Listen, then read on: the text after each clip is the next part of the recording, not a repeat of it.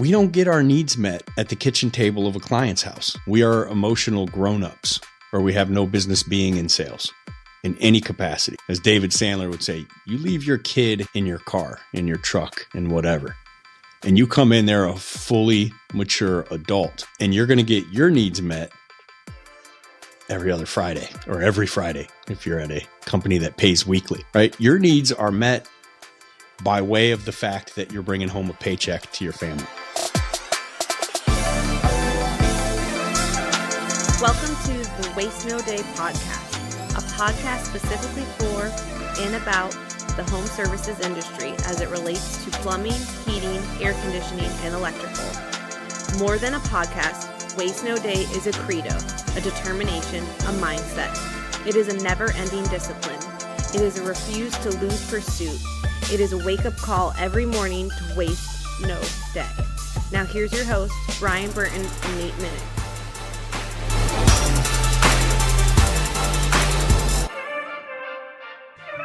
Hey, welcome to another episode of the Waste No Day podcast. Your host, Nate and Brian, hanging out with you again and looking forward to another great podcast. We're getting into the busier season of things. The sun is shining. Hopefully where you are, the weather is taking a little turn for the better, unless you live in the Northeast. Then it's still cold and snowing. But for the most part, I think the country is looking forward to a great spring, and we are too.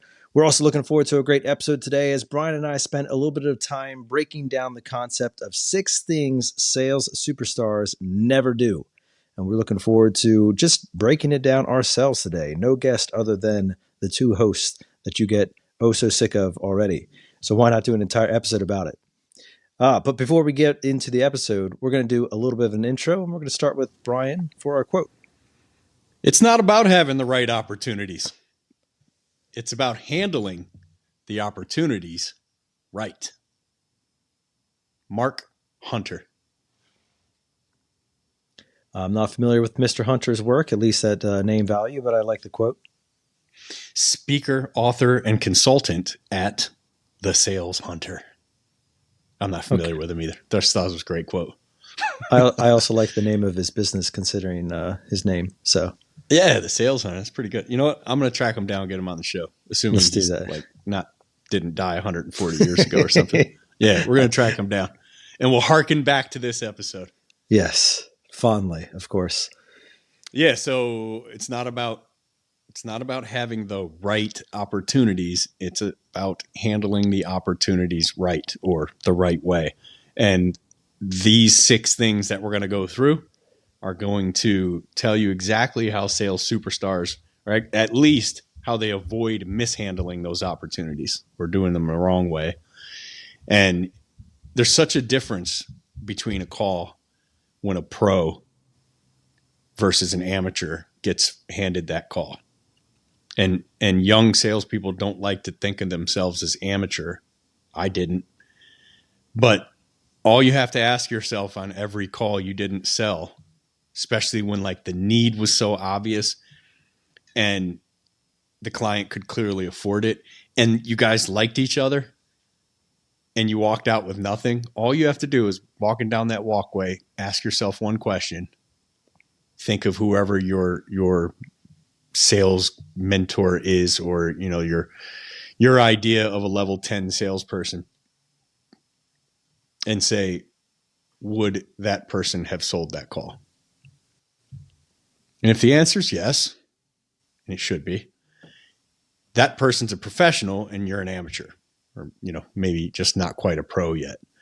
Then there's such a huge difference between giving any call to a pro and that same call to an amateur. No matter how horrible the initial circumstances appear, these calls will get knocked out of the park when you hand it to a pro, 80, 90% of the time versus 40, 10 to 20% of the time if it's a really quote unquote bad call by an amateur salesperson, and the amateur salesperson runs the call and goes, there's nothing I could do about it.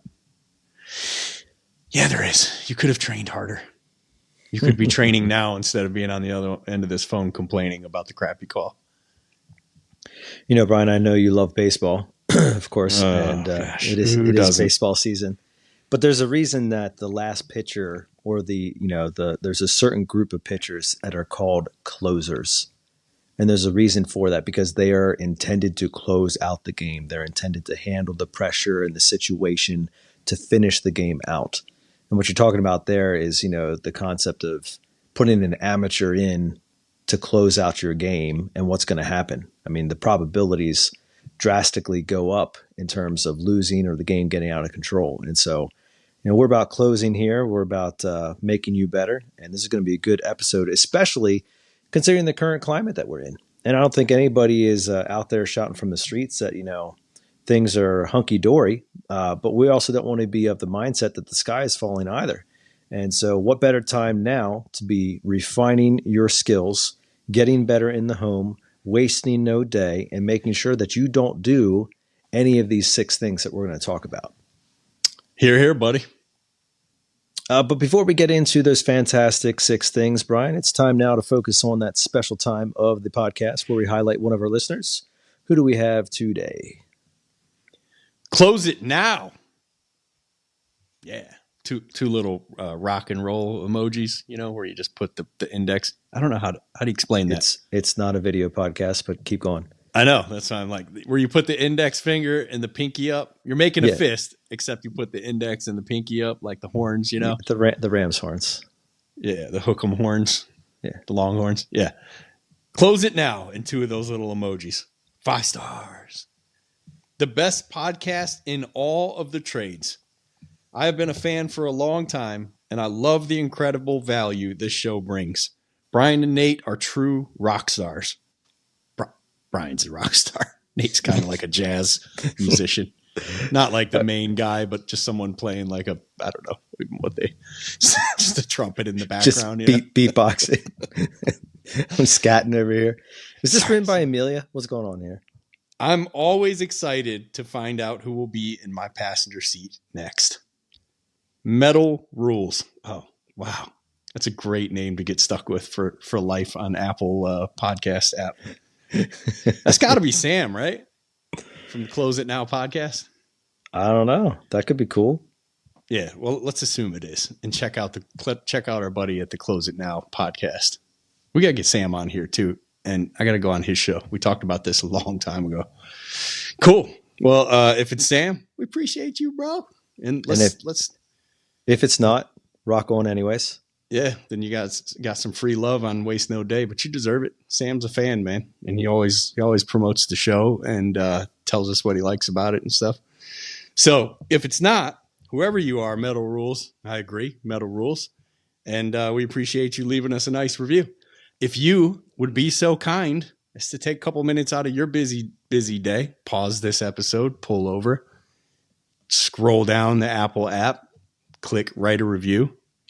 Or just press the 5-star button and you're off from there. If you're on Spotify, hit the 5 stars. If you're on Audible, you can write a review. If not, you can just share this on Facebook or Instagram or TikTok or something. I don't know what you crazy kids do with all that social media these days. Oh, you're one to talk, Brian. Well, you are one to talk, and that's what we're actually going to do next as we put Brian Burton and Nate Minnick in your passenger seat.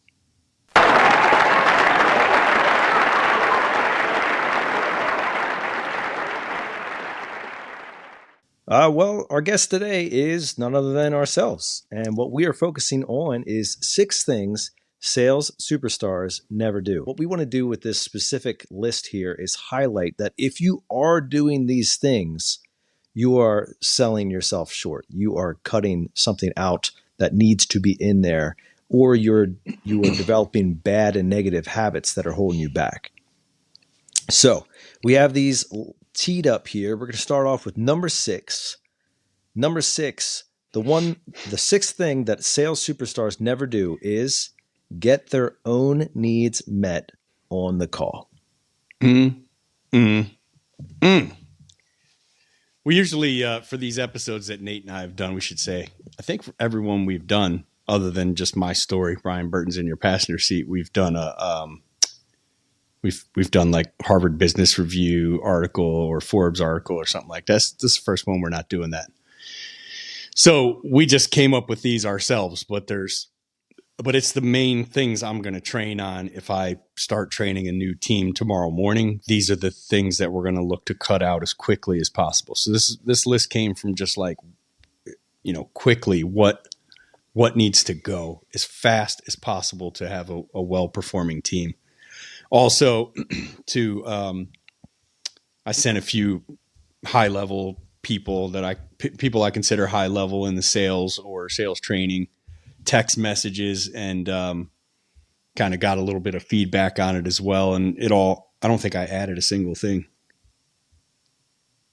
No, nothing got added from that. But a lot of agreement, especially from my man Tommy Mello on number 1. So when we narrow it down to that, a lot of agreement on the first worst thing that poor salespeople do, or the one thing that's superstars never do. Anywho, getting their needs met, getting their own needs met on the call. What does that mean? This is what it means. And listen up close. Hard-headed, stubborn, quick to get an attitude and get angry with a client, quick to show your emotion, quick to slam a door, not slow at all to calm yourself down and think about the person sitting across from you. We don't get our needs met at the kitchen table of a client's house. We are emotional grown-ups, or we have no business being in sales in any capacity. As David Sandler would say, you leave your kid in your car, in your truck, and whatever, and you come in there a fully mature adult, and you're going to get your needs met every other Friday, or every Friday if you're at a company that pays weekly, right? Your needs are met by way of the fact that you're bringing home a paycheck to your family. You're there to meet the client's needs. Does that mean you have to be utterly humiliated and sworn at and they throw things at you? Maybe, I don't know, stop being such a baby. Oh my God, like you guys are so sensitive.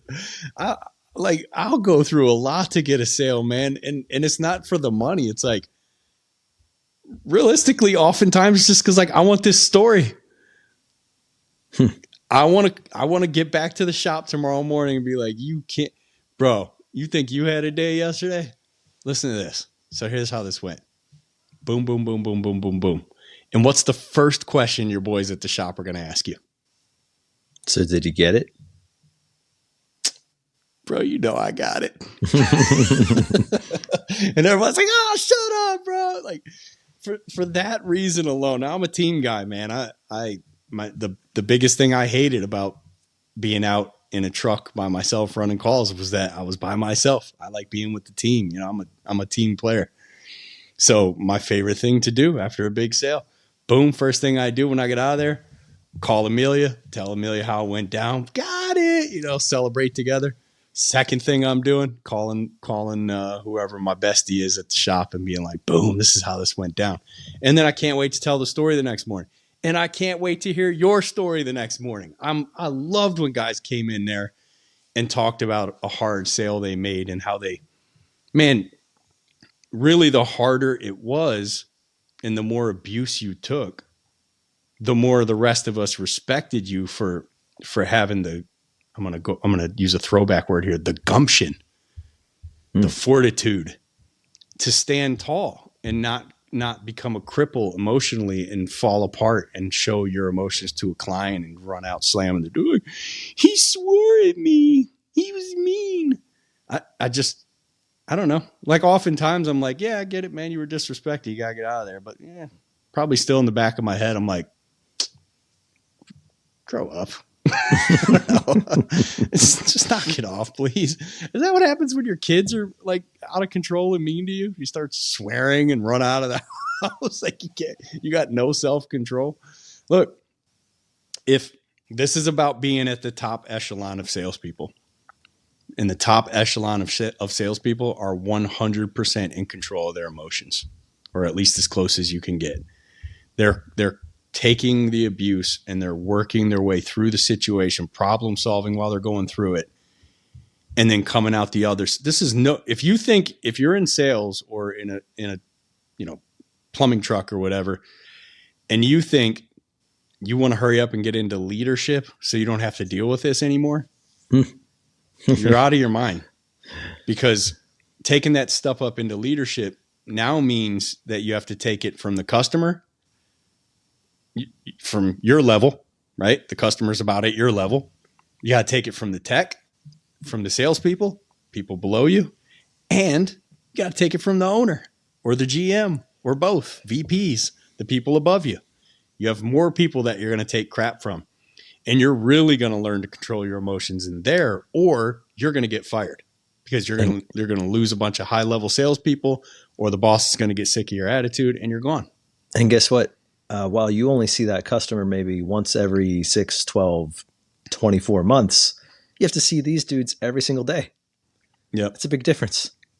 Yeah. And that is how it goes. So it's no different. Like you might be disciplining a technician or a salesperson or whatever as a manager. They're going to come at you with things that hurt you personally, but you have no business acting out about it. All day, every day, technicians do things that will make me feel like they're personally attacking me. How dare they? I just told them about that yesterday morning. This is nothing short of a personal attack. Ah, tears. Ah, poor me. Lash out, attack. There's no room for that in leadership. You eat that. You understand, one, they don't know you exist unless they're standing in front of you. They're just going on about their day and about their life. And, the client is the same way. They're not thinking about you. So take you out of the equation and let that client be the superstar until you get that job done. Check clears. You're on your way. Nice payday. And you've grown up a little bit. But we got to stop getting our needs met on the sales call. Yeah, I want to ask you, Brian, so in terms of getting your needs met, have you ever had like a successful story where the person bought from you and you were absolutely trying to get emotionally satisfied during that process? Like, what does that even look like? No, I've not. I don't have that story. I have plenty of stories where I blew it because I decided to get my needs met. I mean, one in particular, the one story where I learned that gratitude was my superpower was, so I ran this call in Las Vegas,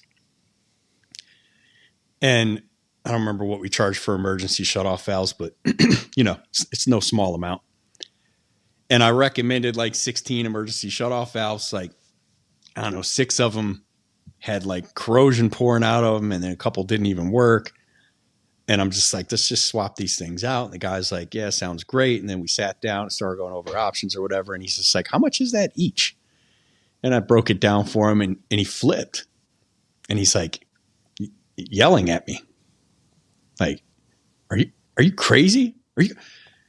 Get out. Like, how dare you? And I like talked him back off the ledge from being a total psycho, although I was feeling like going a little psycho myself. So I made it that far. But I think the thing that pushed me over the edge was he was just like, do you make commission? How much do you make off each one of these? Like, he was taking direct shots at me. And whatever happened, I'm done with this a-hole. I'm not dealing with this cat anymore. And I gave him a little attitude back. And I said, well, probably left it with some just childish comment like, well, hey, call me back after the restoration company leaves, after your floors are all torn up and your drywall, whatever. Just probably some sarcastic remark because I was a child at 25 years old or whatever. So I don't know if it was the next year or several months later, but it was pouring rain one day in Las Vegas. It didn't rain much there, obviously, in the middle of the Mojave Desert. And we had it was all paper back then. We didn't have iPads or anything. And I had one of those plastic bill folder things, that you put your invoices inside and snap together. Had like a little calculator on the top of the board. Yep. So I'm like, I pull the truck up, and it is like 5-gallon buckets falling out of the sky, raining like crazy torrential downpour. So I put the thing over my head, and I'm full speed running to the front door. Now in Vegas, it doesn't rain much. They don't have like porches and awnings. You just walk up to a front door in most of the houses. And I'm like, oh man, I hope he opens the door fast, because in the uniform shirt with the t-shirt under it, like when you get wet underneath the main shirt, you're freaking moist for the rest of the day. It's just miserable. And I'm flying to the door, and so I pull up. I don't realize it. However many months this is later, I don't realize it's this dude's house again. Like, I have no idea. But we did not leave on good terms. Like, he hated me. I hated him. I was fine with that. See you when I see you, And I didn't realize that it was this dude's. I don't think I realized it was this dude's house. But he opened the door as I got to it. Like, hurry, come on in. I'm like, oh, man. And then he tosses me I think it was a hand towel. And I'm like, I can dry off like right there before anything even, really soaks in. And and like, he looked at me and I looked at him, and we both realized who each other were. And it was just like, oh, but I didn't care. I was like, man, thank you so much for having that door open and the towel. And he's just like, oh man, it's pouring out there. I didn't want you to have to get wet. And I was like, no, seriously, man. Like, I don't know if you were waiting at the door or like heard me pull. Like, there's no way you heard me because it was pouring. But the fact that you were thinking about me getting here and you were going to have that door open, dude, that means so much to me. I don't remember the actual conversation, but it was something like that. And what I watched happen in that moment, I kept my note to self notepad on my passenger seat, and I came back and wrote about it after the call. And what happened in that moment was like his guard crumbled and his defenses crumbled and my offenses crumbled. And we both just looked at it like we knew we were cool. And I went in, and I don't remember what the repair was, but it was something like garbage disposal or something. It wasn't a shut off, unfortunately, because I would have loved to have that, And I come walking in, and he shows me what's up, and I do the repair. And we were so cool that I actually made a joke about the emergency shutoffs. Like, you ready to get those things done yet? Or are you still rolling the dice on that? And he just, I don't know what, like chuckled and make a joke about it. And I wish I could say he did it, but I don't think we ended up doing them, but it was cool. Like, it was fine. He had me back out. I was his plumber from then on out. Yeah. He asked for me every time. There were sales later on, I'm sure. Yeah, I'm sure. So that was a case where I blew it. Like, I don't know what it would have taken for me to get the sale. Maybe I wouldn't have, but I could have kept the client, and he threw me out of there. And whatever he had emergency wise, I don't remember why we ended up back out, but he was done with us, but maybe he couldn't get someone out fast enough.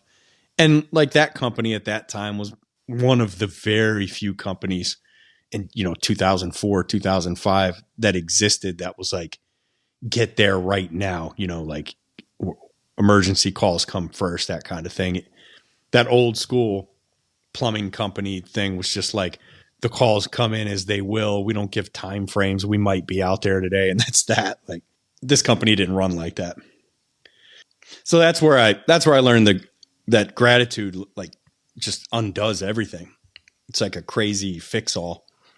So I wrote it in my notepad, and I was thinking about how to use it, and probably talked about it with my crew the next morning before our morning meeting started. But it was at that moment that I realized there was something to it, and I started using it more and more on calls. And still to this day, it's like I really try and push hard to make it part of my life, really go out of your way to thank somebody for even something small. And I know I missed the boat so much, way too much, but I feel like the more grateful you are, the more you go out of your way to thank people, the easier I don't know about easier, but like the bigger things you're going to do. Because who doesn't want to be around somebody who's thanking them all the time? Amen to that. Look at that. It's a 2-for-1 special right there. Should have backed it up. 7 things. 7 things. Yeah. Superstars never do is they never stop being grateful. They never stop gratifying, right? Gratituding. Yeah. Yes. Thank you for that. All right, let's go. Moving Number on. 5. Number 5, the fifth thing that sales superstars never do: hard close. I know, right? It seems like this is a gimme for a really high producer, but hard closers don't make it anywhere. It's like we bring the top people in the industry on here all the time, both top salespeople and top trainers. And how many have ever talked about closing hard? In terms of the definition of like closing hard, let's back up and define that so that our listeners even understand what that means. All right. So, I mean, when you say closing hard, I think of things like, listen, Brian, as soon as I leave your driveway, this deal's off the table. Take it or leave it. Well, I guess that could be construed as closing hard. I probably wouldn't call it that, because there are situations where they're like, hey, we have a scratch and dent water heater. It was opened. It got dented. It's perfectly fine. The client saw it in their garage and said, you're not putting that in my house. I'm paying too much. So we took it back to the shop and got a new one. And hey, we're not going to be able to sell this thing, but with this discount, if you want it today. But if you don't take it today, somebody's going to take it. It's not going to be here, right? I wouldn't call that a hard close, kind of an ultimatum. But it does exist where that happens. Yes. Does that make sense? So how would you change it, or what's your definition? I do kind of go back to the Glengarry, Glen Ross style. And they had one really good closer on there, Al Pacino. I haven't watched that whole movie in, I don't know, maybe 15 years, and I should watch it all again.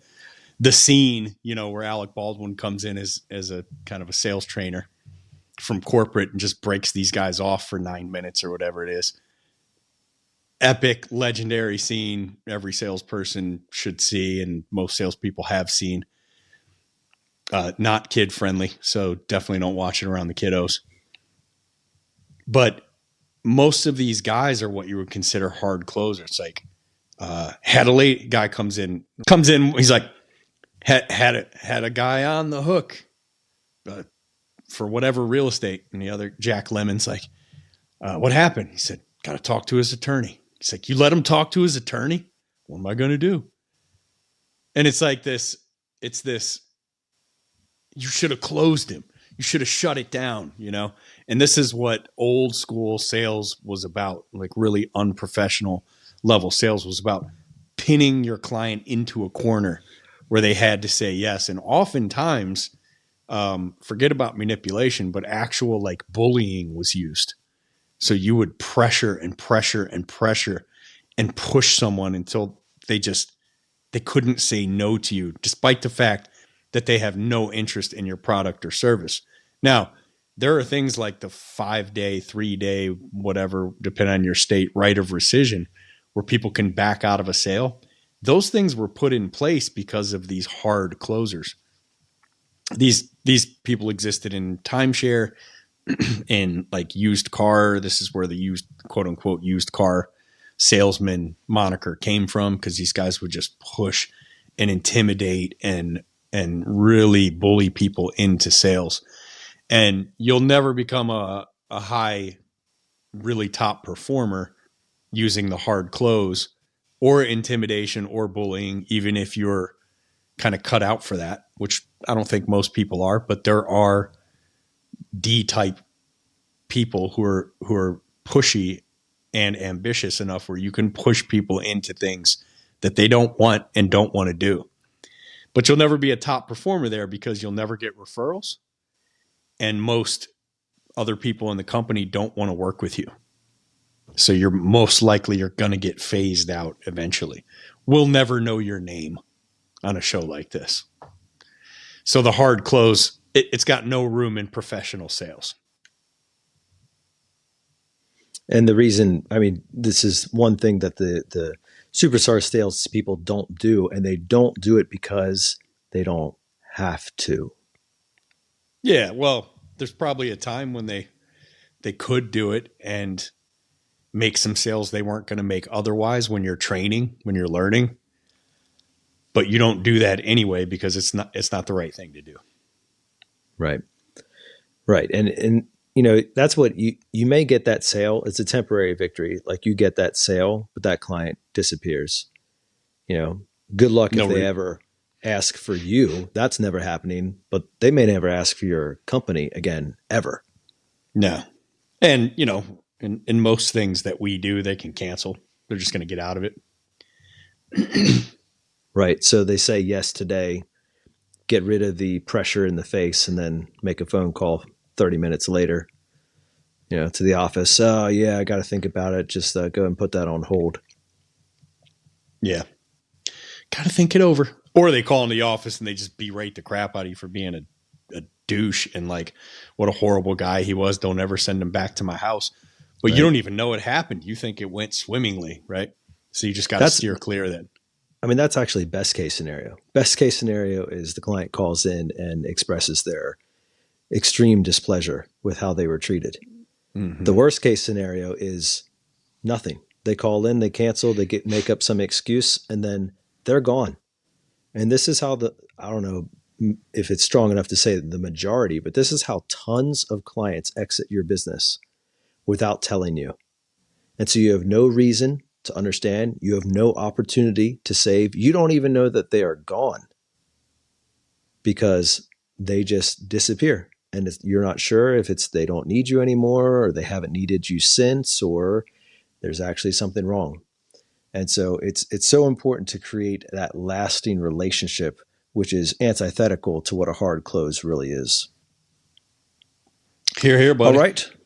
We're progressing through here. 2 down, 4 to go. The fourth thing that sales superstars never do is wear them $ glasses. Wear them $ glasses? What's that mean? It's been a bit since that concept came up on the show, but I thought it's time to get that thing back in. Yeah, so I think the last time we talked about it was, and the reason I remember is because we took a pic and posted it on social media, was the Jamie and Logan objections episode where me, Jamie, and Logan sat and overcame some objections.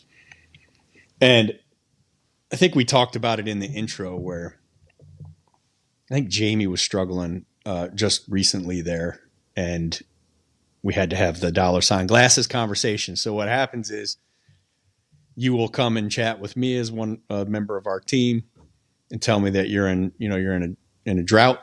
You're not selling anything.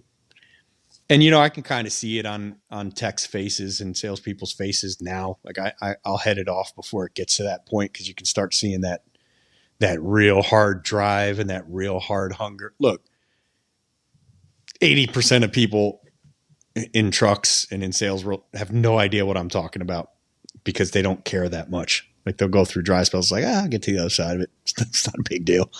But your high top producers understand very well that when you're not producing at the rate that you're used to and you get into a lull, you get almost psychotic about getting out of it. And what do most of us do when we find ourselves in a hole? We start panicking. Mm-hmm. And how do we try to get out of it? And we start digging. Yeah, we got to dig my way out of a hole. Like, how in the world does taking scoops of dirt out from under your feet get you out of a hole? I don't know, but it's just what we do naturally.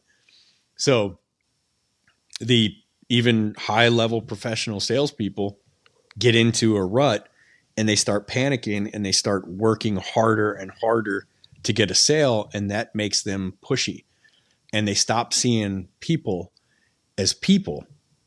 And they start seeing people as a means to an end. And anytime a good person is looking at somebody as a means to an end, that person can feel it. And they're not willing to do business with you. Now, your sociopaths and psychopaths, they only see people as a means to an end. And you know these people, they have no care or love for human beings whatsoever, despite sometimes putting on a pretty costume and acting like they do. Zero care for human beings. And you can't tell the difference with them But when you're dealing with decent people, when they start to get panicky, you can see it. So we'll put the glasses on. I'll put my glasses on and I'll say, would you buy something from me if I was looking at you like this? And they're like, most of them have seen this before. And they're like, no, I love this every time. And I'm like, you throw the glasses on and go look in the mirror and tell me you want to buy something from yourself. But you're looking at people like a paycheck. And you got to knock that off because nobody wants to be somebody else's paycheck, man. I want to be, look, I know what you do for a living. You're here to sell stuff. I understand the company only exists if I buy products from it, right? But I don't want to be your customer. I understand that if I don't go to the doctor's office and enough people don't go, they can't pay their bills and they're going to close down. But I don't want the doctor talking to me like a customer. I want the doctor talking to me like a client, like a patient. I want the doctor telling me what's best for me because he understands what's best for me, but also because he cares a little bit about my well-being. That doctor needs to be somewhat of a trusted advisor. You know who I think really and the pointed this second out? I think he's just trying to make money. The second I think he's trying to make money off me, I'm out. I'm going to look for a new doctor. I know he's going to make money off of me if I deal with him. But the second I feel like that's why he's primarily talking to me right now, I'm out of this conversation. And that's what it looks like when you're wearing $ glasses versus the heart glasses, versus you're there to care for this person. That's who they want to buy from.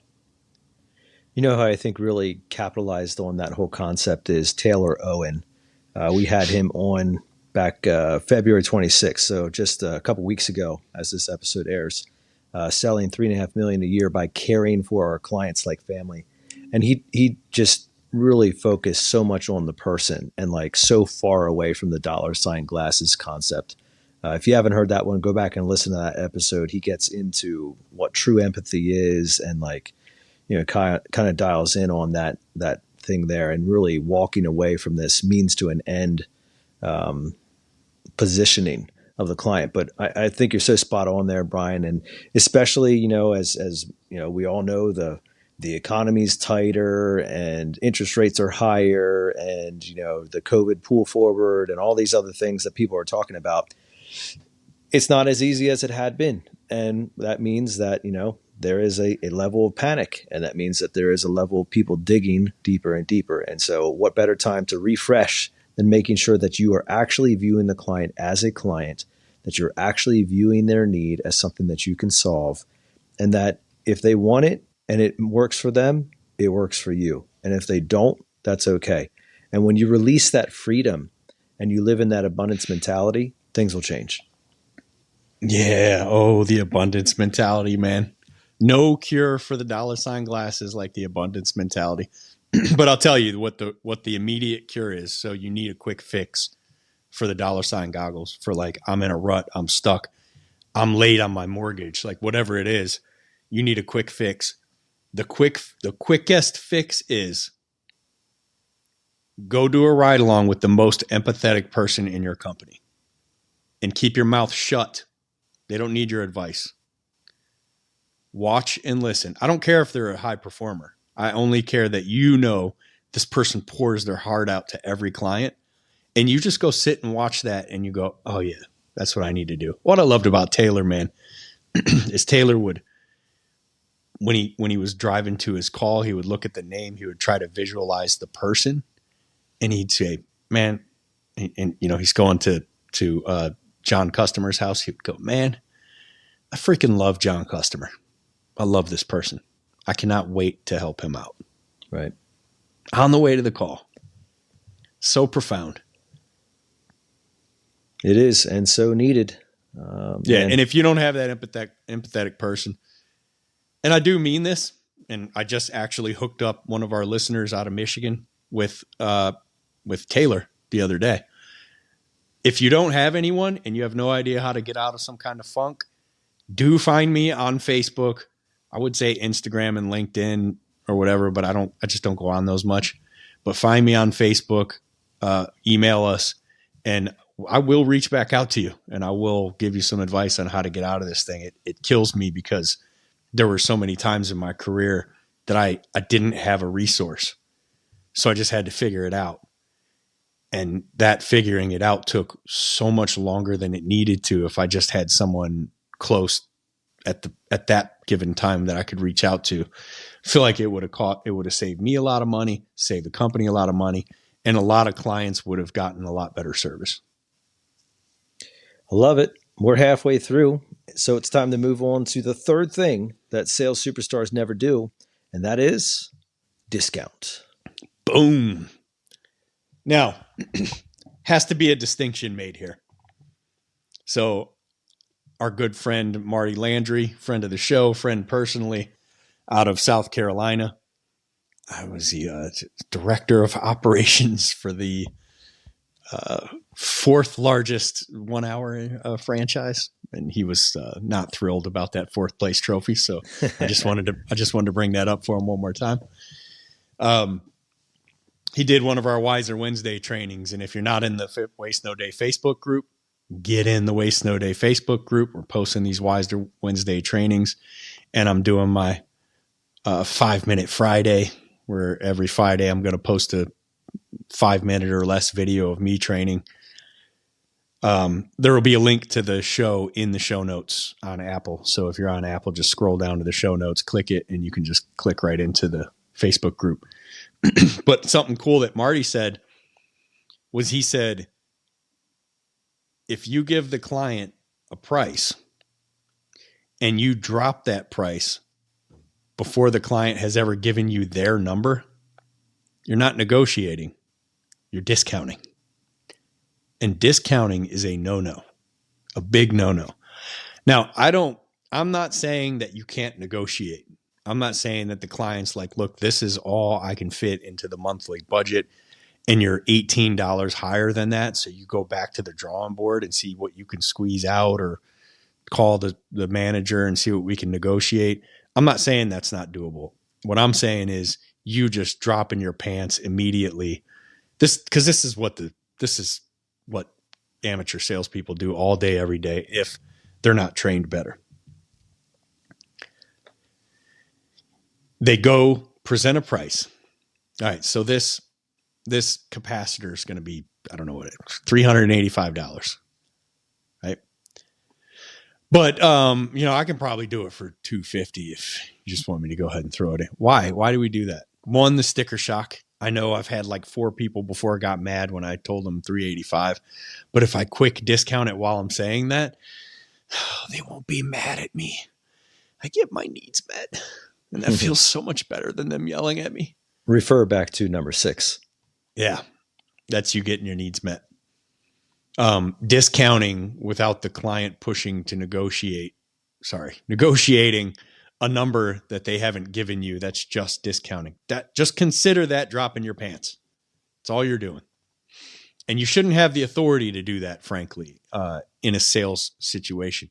And there are plenty of people who are good enough to do that. The reason you shouldn't have the authority to do that is there should be a difficult step in there before you discount. And that difficult step should be having to reach out to somebody and ask if it's okay, because otherwise it's too easy. And companies can't afford for you to take all of their profit out of a job, all of the profit margin out of a job to get your needs met, or to avoid having to actually sell. Because at the end of the day, if you're doing a great job presenting and overcoming objections and working with this client and building a relationship, you don't have to discount. Man, just harken back to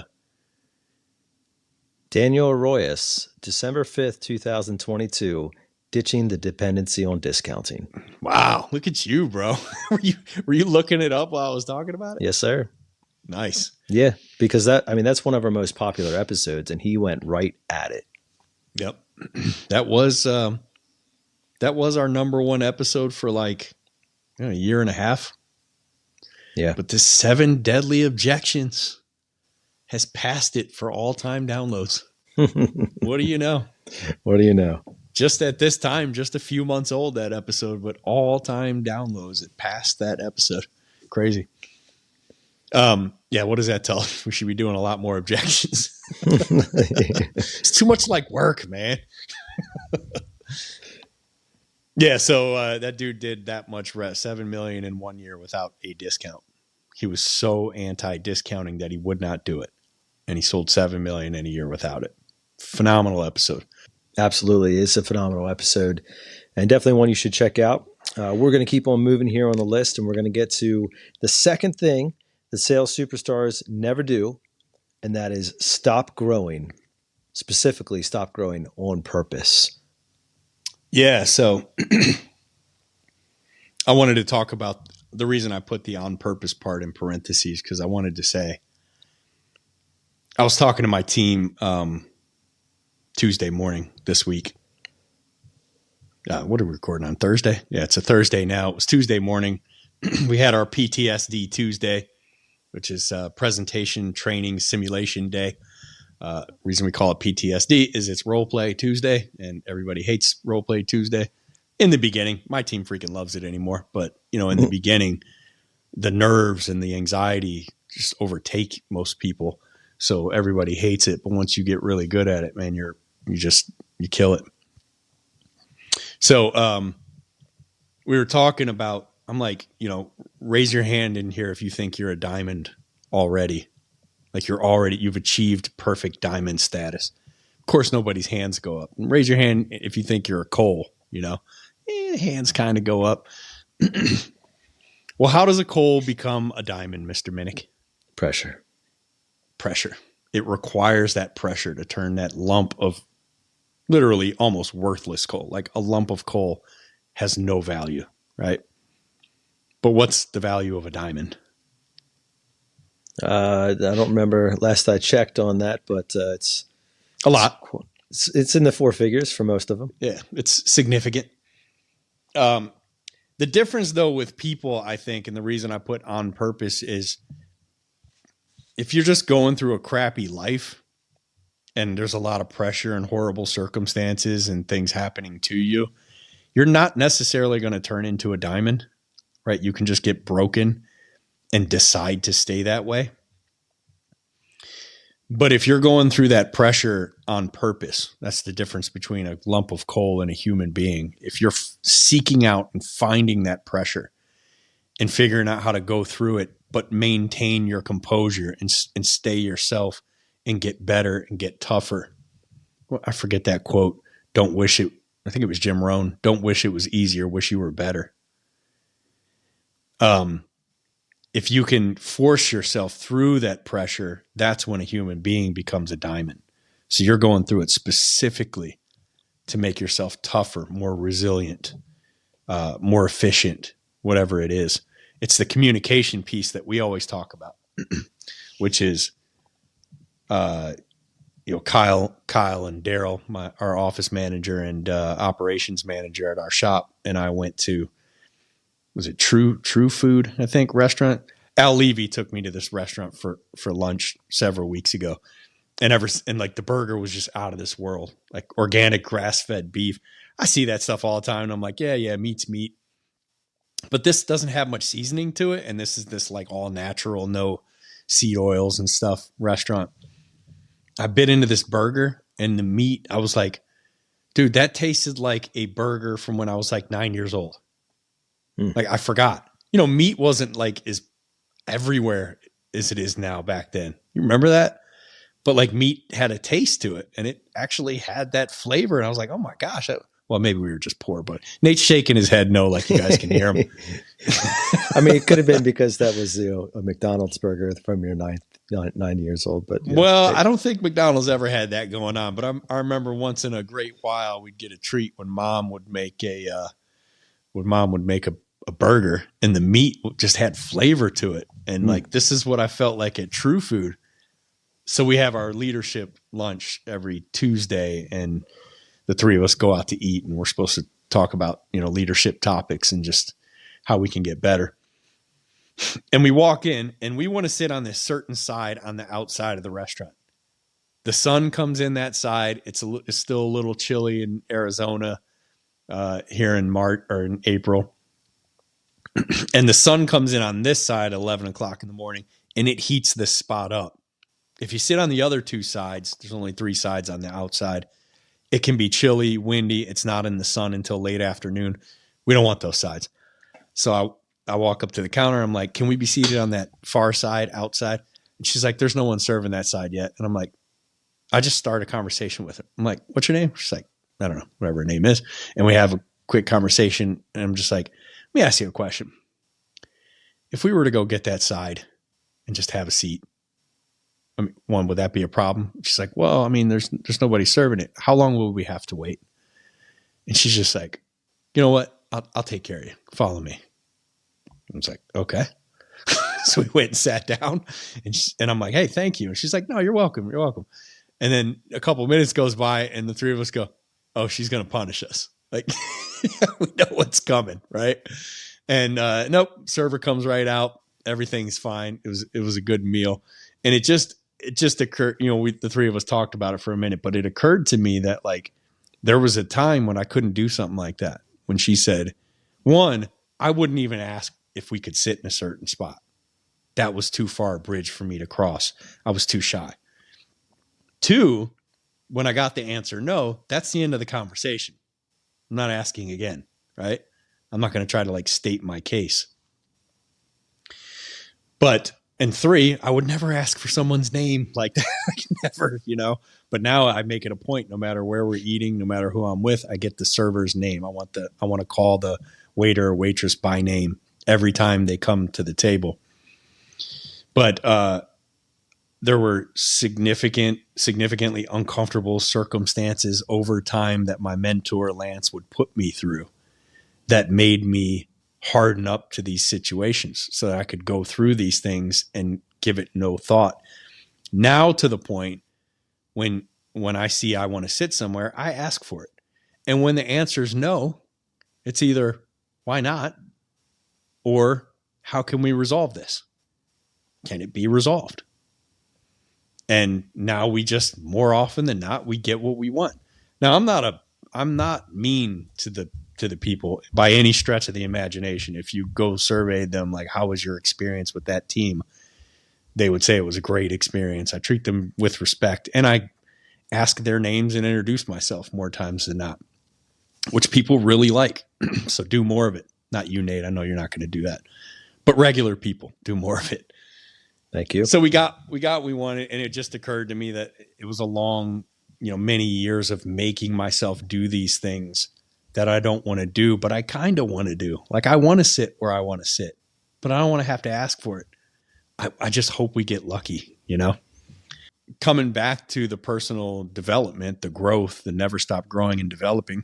If you're in sales, your growth and development and the way you're going to pressure yourself to turn into a diamond is putting yourself in uncomfortable situations, asking for uncomfortable things.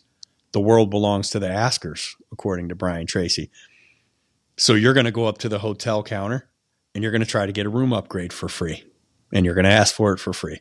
You're going to go to the airport desk when you're waiting to get on your flight, and you're going to ask if they have any free upgrades available to business class or first class or whatever, and you're going to ask for free. And you're going to get told no. But so what? You're not going to die. They're not going to kick you off the plane for asking. It's funny, and this is kind of where a law of reciprocation comes in. If you go up and compliment them, and I don't mean like, wow, you look good in that skirt. I mean, like, if it's a hotel line and you waited 12 minutes for all the people ahead of you, then you say, wow, you guys are very efficient here. That was like super fast how quickly I got through that line. I'd usually wait 3 or 4 times that long at most hotels. And what will the person say? Oh, they'll smile and thank you. That's very appreciate kind that, of you, man. Yeah. You're giving gratitude and you're softening them up. Now, you have given, and now you're going to ask for something. And it is very difficult. I've done this a handful of times. I don't think I've ever gotten a room. I've never gotten a room upgrade. Although we did get to work something out with you and Mike at Vertical Track that day. You guys were going to be sharing a bed. Although I should have left that one alone. But I've actually had, I've had people put like we'll get, we got nothing. I'm sorry. I wish we had something available, but we're like full. And it's always at these conventions. But I've had like a free movie. But what I did, I put a credit for a free movie on your account, which is funny. So I'm like by myself. I'm not going to watch a movie, coming to the room, going to sleep. But it's the gesture that counts. But what happens is this big gratitude and compliment you gave, they feel the need to reciprocate it. It's a law. Like we can't, like try having someone look you in the eyes and go, man, thank you so much for that. That was awesome what you did. Try not responding. It's just dead air, You can't or just walk away without saying you're welcome. Even that you have to reciprocate. You just have to. And that's how really sacred to us the law of reciprocation is. But anyway, you're forget the law of reciprocation. It's about the development. So waste no day. Audiobooks, other sales podcasts, other trade podcasts, whatever you're in. Books. I don't recommend them, but some people do. I don't care if it's like documentaries, getting into groups. And there are all these things like development groups and business groups and franchises and best practices groups. But I actually think just a really good thing to do is find people who are in and around the same circumstances you're in and doing what you do. And that isn't an official group, but just tap them on the shoulder and saying, you want to get a squad together, or maybe we meet on Zoom for 30 minutes every, Thursday evening or whatever, something like that. I think there's actually a lot of value to that. We don't talk it up enough, but growth, development, number 2 for a reason, big. It's up there. Yeah. And one of the things, Marty Landry, second shout out for him, man, about his Wiser Wednesday he talked about how, you have your top performers in every company, but most people are either in the middle of the pack or the bottom of the pack, and they're just trying to perform enough to not be noticed, right? Like they're not looking to be the nail that gets hammered. They're just looking to blend in, they don't want to be at the very bottom, but they sure don't want to be at the very top either. And like that's a mindset that needs killed, man. Because like if you've gotten to a place where you're satisfied where you are and you're just like, cool, the group of fish that I'm swimming with, I could hang with these dudes for a while, and you're not looking for that next one. You're not looking for that faster runner. You're not looking for that bigger whatever it may be, that goal, that person, that achiever, that whoever. If you're not chasing anybody, there's nobody listening to this show who has arrived. You need to be chasing somebody, something. And I think that's a great aspect that superstar salespeople keep at the forefront of their mind. Yeah, buddy. Last but not least, we'll see you next week for number 1. I'm kidding. I got a bunch of crap recently about how we made the 2-parter of the 7 Deadly Objections and how hard we bit them on the cliffhanger. I loved it. It was my favorite thing that we've ever done. Well, the number 1 thing that sales superstars never do is present without conviction. Huge, that one. Massive.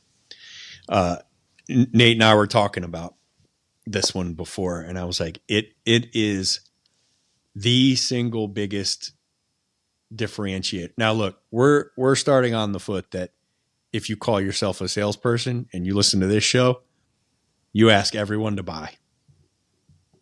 Right? Of course. So if you're that, if you ask everyone to buy, there is an absolute version of a question at the end where you ask them to take the order today in some way, shape, or form, then we can call you a salesperson and you can listen to this episode. If you're not doing that, stop everything. It's too late now because it's in the episode, but stop everything and get that part figured out. Because if you're not asking people to buy what you've presented every single time, then you're not a salesperson. You're an order taker, and order takers shouldn't be listening to this episode. But assuming that every salesperson already asks for the order, The biggest differentiating factor between high performing salespeople, low performing salespeople is the passion, conviction, belief with which they present. The difference between, I always like to say this to salespeople, but a commercial made for a talk show at 11:13 a.m. on a Wednesday and a commercial made for the Super Bowl. What do you sound and look like when you're presenting your product? How passionate are you? Because selling, best definition I've ever heard, is a transfer of enthusiasm. Oh, it's not product knowledge. It's not five-syllable words from an HVAC tech. It's not how much jargon do I know and how many different words for this one piece of plastic do I know. No, it's enthusiasm. It's passion. The more you have, the more you will sell. So the difference in, like, imagine me saying everything I just said exactly like this. This is me presenting exactly what I said with no passion. You really have to be passionate about what you sell, or you're not going to be able to sell anything. Versus me being animated like I am, and you can't see me, but I'm standing on my chair right now, man. Come on, guys. Let's get passionate. No, I'm not.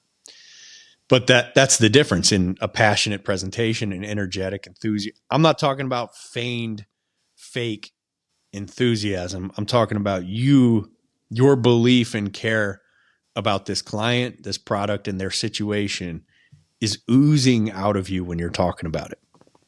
If you don't believe in the product, don't sell it. And I'm not just saying that because I'm talking to a bunch of people who don't work for me or with me. I say that at our shop all the time. If we have a product you don't believe in, don't sell it. We have enough products that you can believe in, but don't fake enthusiasm for a product that you're not into. Come and talk to me about it. You'll believe by the time you leave. Because we ain't selling products I don't believe in, baby. I've rose that high up the ladder. It's a good point, Brian. And if you take this on I did a training class with some of our newer guys this past quarter, and I was talking about how, take a hobby, right? Like, take a hobby that you're passionate about. Basketball, fishing, hunting, kite surfing, rollerblading, skateboarding. I don't care. Take something like that, and then on the other side, take just something that you don't care about at all, like the chair in your kitchen or the tire on your car. And then find a perfect stranger or find somebody you love. It doesn't really matter. And come up with a 60-second speech about each thing, about that tire on your car, about that chair in your kitchen, and explain it to them. And then take another 60 seconds and explain a speech about your hobby, your basketball, your hunting, your knife collection. And just hear the difference in your voice. Hear the difference in your enthusiasm. Hear the difference in your passion. It's like trying to explain to somebody like, dude, I don't want you to go hiking because I want you to go, buy all this hiking equipment. I want you to go hiking because I honestly think it is the best way to spend a Sunday afternoon on God's green earth. Like, the views, the smells, the energy, the fresh air, like the experience, all these things. Like, it's just naturally within you because, like Brian said, you believe in that product, you believe in that hobby, and you want other people to share those amazing experiences that you have personally had with whatever that product or hobby or experience has been. And you're not trying to convince anybody for the sake of convincing. You're like, dude, you're on the outside looking in. I'm trying to open up the gate for you. Let me show you how to do it. That's the type of transfer of enthusiasm. And you might say, well, how could I possibly ever be as excited about water treatment as I am about, basketball playoffs? Or how could I ever possibly be as excited about indoor air quality as I am about, hunting? Well, you don't have to be 100% as passionate, but start trending in that direction.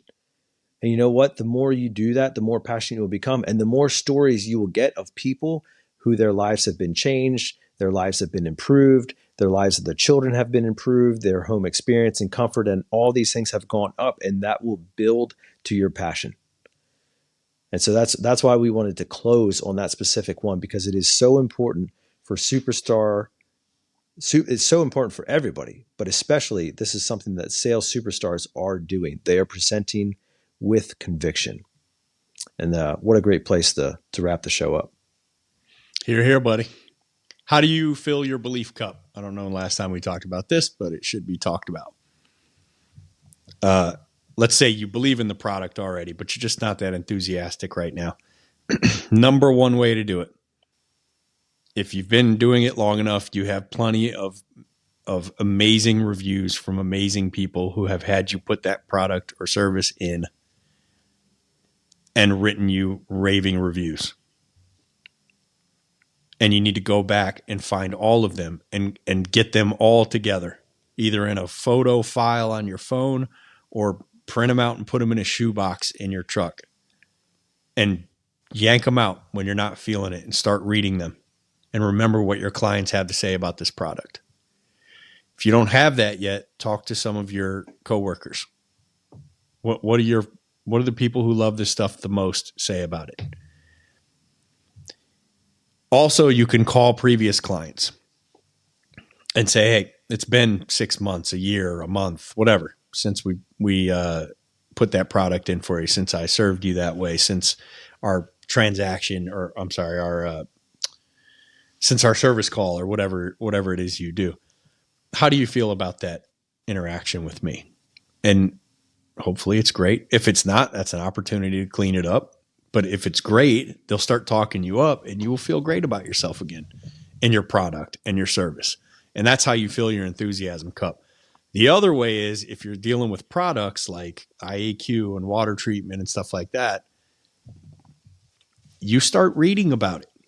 You dig hard into it. You find if it's a safety thing, you start reading about when it went wrong, when that safety feature wasn't in place. If it's an upgrade thing like water treatment, you start reading about the effects of, eczema cleaning up on kids because people removed chlorine from the home and stuff like that. You figure it out. You read and research. And remember that you need to be an expert in it. So you go figure that out. Your enthusiasm cup will be overflowing again, and you can give some to the client now. Well, there you have it, listeners. 6 things sales superstars never do. They never get their own needs met on a call. They never hard close. They never wear those $sign glasses. They never discount. They never stop growing on purpose. And they never present without conviction. That's a wrap for this episode. We hope that you enjoyed your time with us as we spent a little bit of our time with you working through these 6 things that sales superstars never do. We'd love to hear from you. Which one resonated with you? Which one are you looking to improve upon and get better at? Which one do you need to focus on in 2024 to make sure that you steer clear of it? If you love this episode, send it to somebody who you think could benefit from it as well. We sure love getting more people listening to this show, and we appreciate every time that you do. It's time now to leave you with our weekly challenge, which is always the same. Choose to wake up each and every morning and waste no day.